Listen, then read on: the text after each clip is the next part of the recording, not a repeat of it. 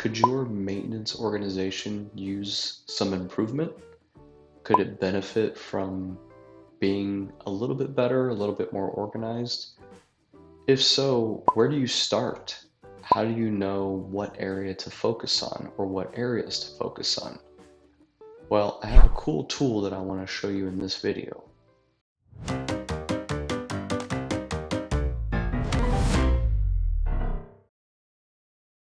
Hi there, welcome back. My name is Ed.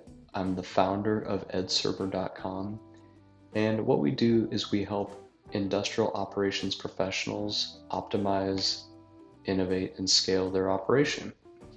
And in this video, I want to share with you a really cool tool that I use to assess and identify where the gaps of opportunity are in a maintenance organization inside of an industrial operation. So before I jump into that, I just want to talk real quick about what opportunities look like in a maintenance organization and sometimes what they feel like.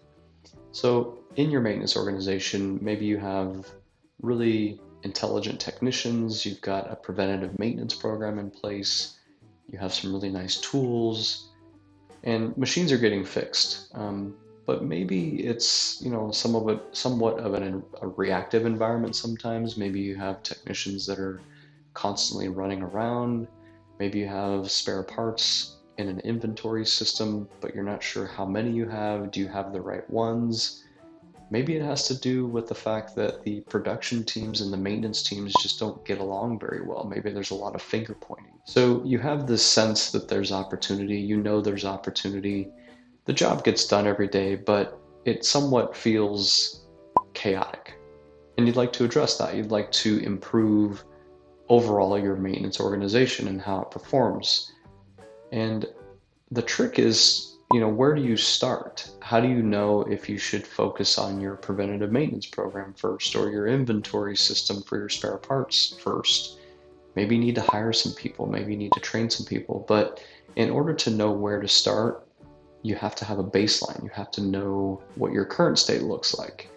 And what I use and what I teach the clients that I work with to use is what I call a maintenance assessment radar or a maintenance assessment tool. And I want to go over that with you briefly, what it looks like and how to use it. So a maintenance radar, a maintenance assessment tool is something that gives you a visual depiction of the current state of your maintenance organization. And it does this across 12 different categories. And the categories are very, very particular. And the way that we assign a number or a value for each category is very particular as well. And I'm just going to review quickly what these 12 categories are and give you some idea on how to assess yourself. So the first category is the equipment strategy. And this in particular is how you are maintaining your assets. And there's really a handful there's about 5 strategies that I like to deploy.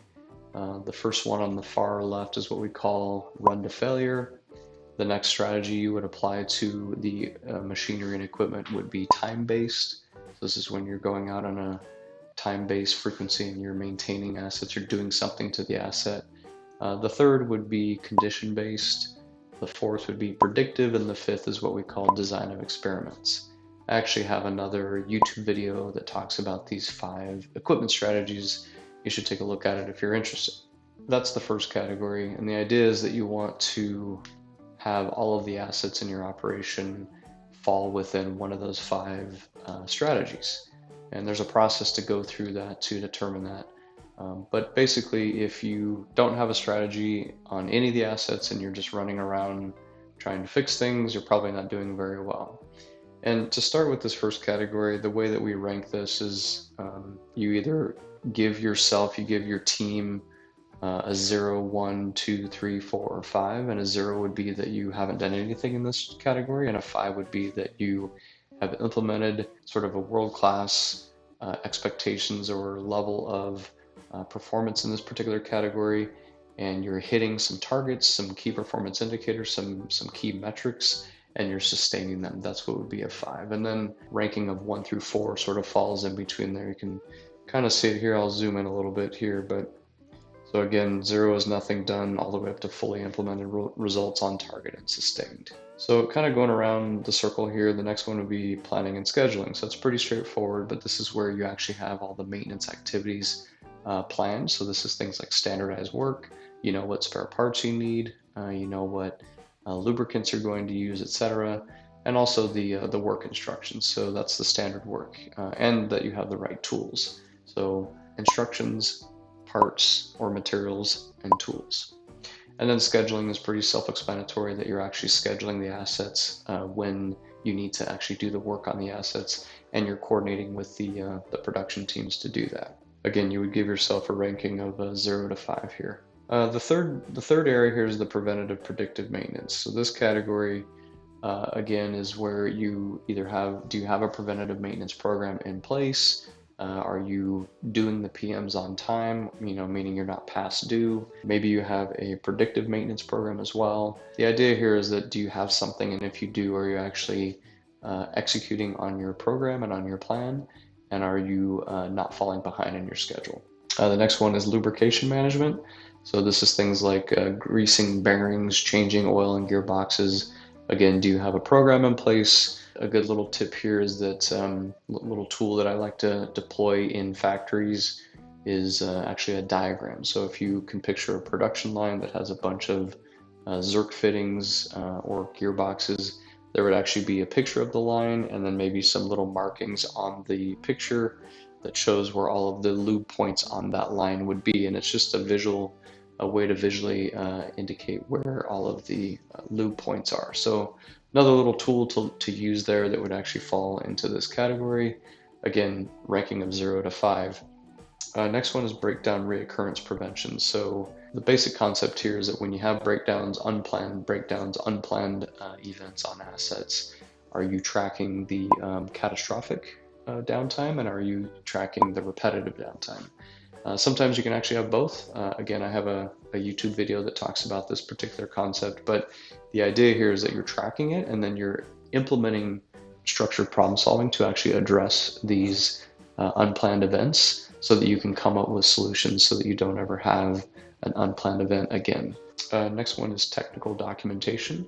So with technical documentation, what we're talking about here is not necessarily a library of binders with a bunch of manuals from the manufacturers or anyone else. It could be that, but if you have a library full of binders in your facility, and it's all covered with dust, and nobody actually knows how to get to the manuals or the instructions for a particular piece of equipment, then it's really not adding any value. So when we talk about technical documentation here, we're actually talking about, do you have the right documentation up to date and accessible, and does everyone know how to actually access these technical documents? Tools and facilities. So this has to do, just as it said, tools is pretty self-explanatory. You want to have the right tools. You don't want to have excess tools, because that actually causes confusion for the technicians. Oftentimes you might have the cool tools, right, where you actually go out and buy a really fancy tool, but nobody's ever using it. It's actually not necessary in the operation. Facilities is things like the workshops, making sure that they're neat, organized, in a what we call a 5S arrangement. They're very clean and organized and safe. The next category here is what we call storeroom inventory and spares. So again, pretty self-explanatory. This is where you're actually looking at your spare parts inventory for all of your assets, and you have exactly what you need and the quantity you need. And it's all organized. You're leveraging a tool that we call Kanban. Kanban is a tool to help with replenishing the inventory at the proper time. And then you want to make sure that you have someone actually responsible for this inventory. And there's one other piece, is that not having too much aged inventory. So having aged inventory is an indicator that you have too many spare parts. Again, a ranking of 0 to 5 in that category. The next one is what we call organization and performance management. So this is just as it sounds. It's both the leaderships, supervisors, leads, etc., all the way down to the technicians. This is making sure you have the right people, making sure that you are managing performance properly. There are clear roles and responsibilities or job descriptions for each person in the maintenance department, and it's clear what they're supposed to be doing, and also an organizational chart so it's clear as to where people sit in terms of hierarchy of the department and the team. Technical skills is the next one. So, and this specifically says technical skills not assessed. What we mean by this is for each of the individuals in the maintenance organization, it should be clear what technical skills are exhibited by each technician. And that would include the management supervisor folks as well. But for example, it may be that every single person in the department should know how to use a torque wrench.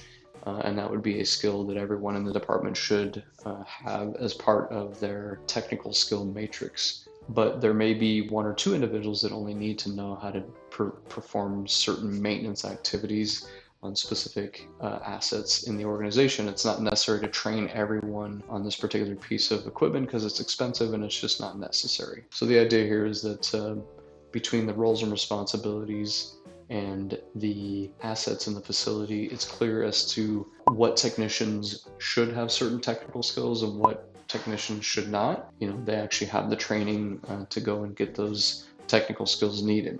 This next one is called autonomous maintenance. Autonomous maintenance is the concept where people outside of the maintenance department, the maintenance organization, are actually helping to maintain the assets in the company. Prime examples are the production people. So the production operators, people in operations, maybe the quality people, safety team members, etc., sanitation people. These are people outside of the maintenance organization that are actually performing maintenance tasks, and the idea is to assist the maintenance teams in keeping the equipment running at optimal performance, and the goal is to keep the assets up and running. And it's not always necessary that the maintenance team needs to actually be doing all of the maintenance. So this is a really important category to be ratcheting up in your environment over there. And then the last one is the information system, or the CMMS. CMMS is an acronym for Computerized Maintenance Management System. This is the computer system that helps managing work orders, spare parts, inventory, etc. The idea here is that you have something in place that is allowing your maintenance organization to be more effective and more efficient by having this tool, and you should not necessarily be leaning on this tool, on the CMMS, to be driving your maintenance organization. So again, the concept here is that we would go through each of these 12 categories. We would provide ourselves a rating of 0 to 5. And just a quick note, I would encourage you to do this together as a team with your maintenance team, and also some of your what I call internal customers. So people like the production teams, the quality teams, safety teams, etc. It's important for everyone to be involved to actually perform this assessment. This shouldn't take you more than 1, 2, maybe 3 hours to create your own radar. And once you're done, you can see there's a visual depiction of where your strengths are and where your areas of opportunity are.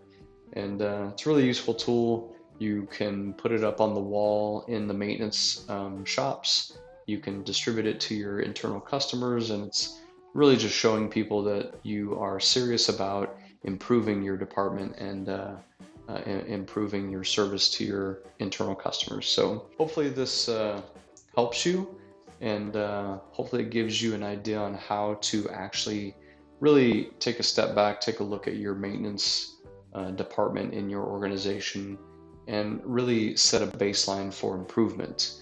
If you enjoyed this video, if you got something out of it, I really appreciate if you click on the subscribe button, and also there's a little notification bell there. You can click that, and anytime I post a new video here on YouTube, you'll actually get notified of it dropping.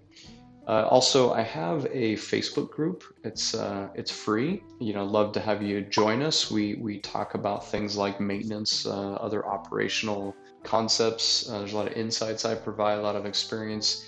And it's also a good way to interact with me, ask me questions. I'm in there pretty often, pretty much daily, and it'd be great to see you in there. And there'll be a link in the description below on how to join that free Facebook group. So in the meantime, best of luck assessing your maintenance department and improving the performance of your maintenance department so you can get the assets up and running at optimal and peak performance. So until next time, I'll talk to you soon.